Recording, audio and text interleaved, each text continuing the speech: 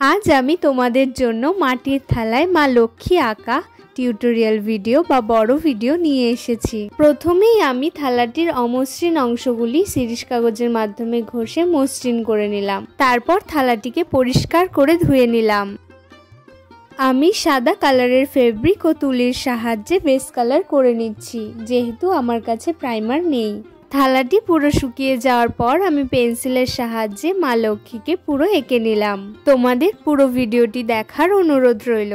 এই ছবিটি আমি পুরোটা কমপ্লিট করেছি অ্যাক্রিলিক কালার দিয়ে। দোয়েল কোম্পানির 2 ও 8 নম্বর তুলি ব্যবহার করেছি, ক্যামেলের 0 নম্বর তুলি ব্যবহার করেছি। সবসময় ছবি আঁকাতে রং তুলির সাহায্যেই গয়না পরানো হয়, কিন্তু আমার মন চাইলেও মা লক্ষ্মীকে কসমেটিক্সের গয়না পরাবো, তাই কসমেটিক্সের পাশাপাশি মায়ের হাতে ধানের ছড়াও দিয়েছি। সবাইকে সম্পূর্ণ ভিডিওটি দেখার অনুরোধ রইল।